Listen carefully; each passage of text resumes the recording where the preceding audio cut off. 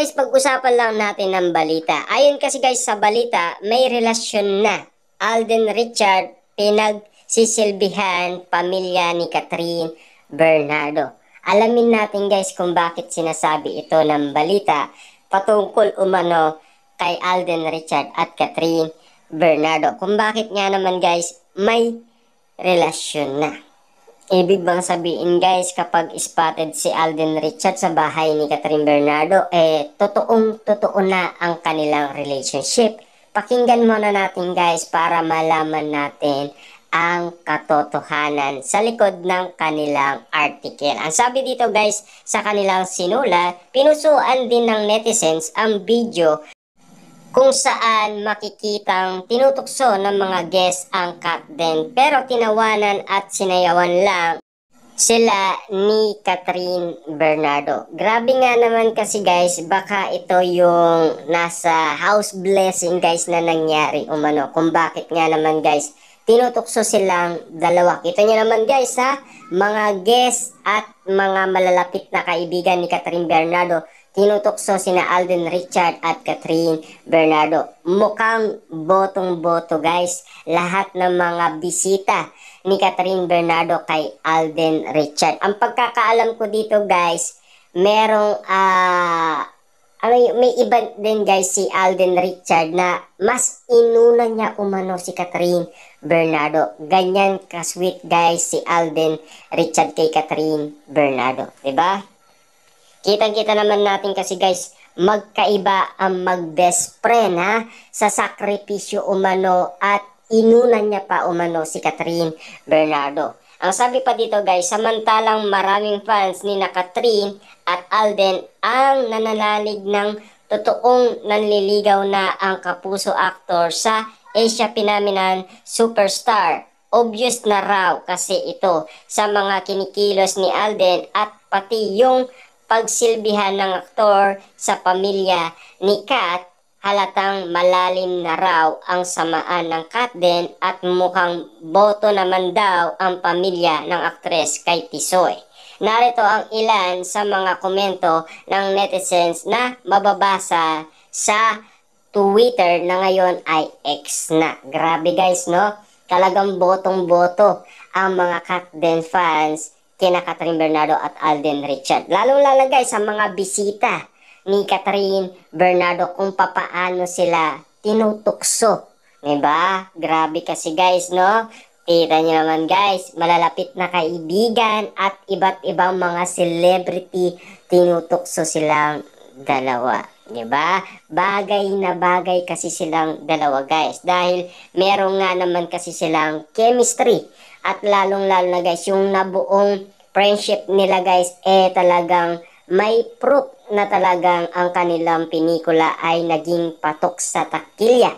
At syempre guys, ayos earnings nga naman kasi guys sa buong Pilipinas. At kitang-kita naman natin kasi guys na talagang pinagkaguluhan ng maraming fans at dinumog at pinagpestaan guys ang kanilang pelikula. At lalong-lalo na guys, mainit ang pagtanggap dahil sa kanilang pagbabalik. Diba? Noon pa man guys, talagang alata na ang kanilang kinikilos. Kahit na guys, ang kanilang mga bisita, medyo meron silang naaalata umano kina Alden Richard at Catherine Bernardo. Diba? Kaya tinutukso silang dalawa guys Grabe no? Kung tuksoin guys parang may balak yata guys sa mga bisita ni Catherine Bernardo. Kasama na guys ang mga ibang cast sa Hello, Love, Goodbye. Na animo talaga guys napakatindi ng mga pangyayari umano naganap sa house blessing ni Catherine Bernardo. Na alam naman natin guys talagang pinagsilbihan naman ni Alden Richard ang pamilyang Bernardo dahil kinuha niya yung tray na may alak, di ba? At siyempre pinamigay niya sa mga bisita ni Catherine Bernardo. Yun kasi guys ang nag-viral nga naman at pilit pinag-uusapan at pilit pinagkakaguluhan. Ito pa ang sinasabi guys, no? Alden, kung nanliligaw ka naman sa reyna namin ay wag mo nang lubayan dahil ang daming nakapila dyan at nagaanap lang ng tiyempo. Boto kami sa iyo. Bakit palagi silang magkadikit? Kilig mat sabi. Mukhang iba na ito, Alden. Parang lagi kang may time or Catherine. Ayan guys, no? Kasi nababalitaan nila kasi guys na walang time sa panliligaw si Alden Richard. Kaya kagulat-gulat nga naman kasi guys kung bakit nagkakaroon na siya ng time kay Catherine Bernardo. Lahat naman siguro guys ng mga Aldenatics alam yan, di ba? At lalong-lalo na guys, ang mga Katden fans, alam din nila ang tungkol sa mga interview noon ni Alden Richard. Kaya kakaiba na ang nakikita nila. Kasi sinasabi nga, mukhang iba na ito, Alden. Parang lagi kang may time for Catherine. Ayan guys, di ba?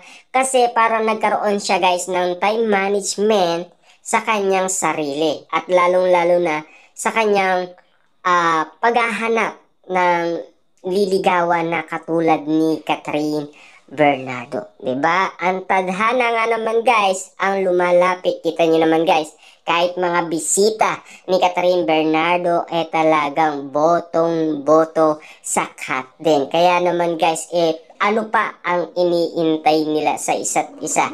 Kaso nga lang kasi guys, syempre nililihim muna. Abang sabik na sabik ang mga fans at syempre abanger sila sa kakahintay.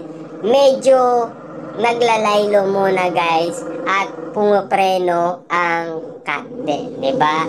Alam naman natin kasi guys ang mga gawain ng mga artista. Lumang estilo na yan guys para sa atin. Kasi alam na natin yan guys, ang dami na nating pinagdahanan sa mga artistang nagsasabi niyan. Kasi minsan nababalitaan na lang natin na talagang sila pala, 'di ba? Tapos sasabihin nila magkaibigan lang sila pero sikreto muna, 'di ba? Hindi muna sila andang magsalita dahil hindi pa sila ready. Kumbaga inaanda lang nila ang kanilang sarili. Ang sabi pa dito guys, iba talaga pag naglaylo na sa gaming at hindi na kayod 40 na may time na pumaparty si Alden Richard. Go lang Alden. Boto kami kay Kat. Mukhang ngang super close na sina Catherine at Alden.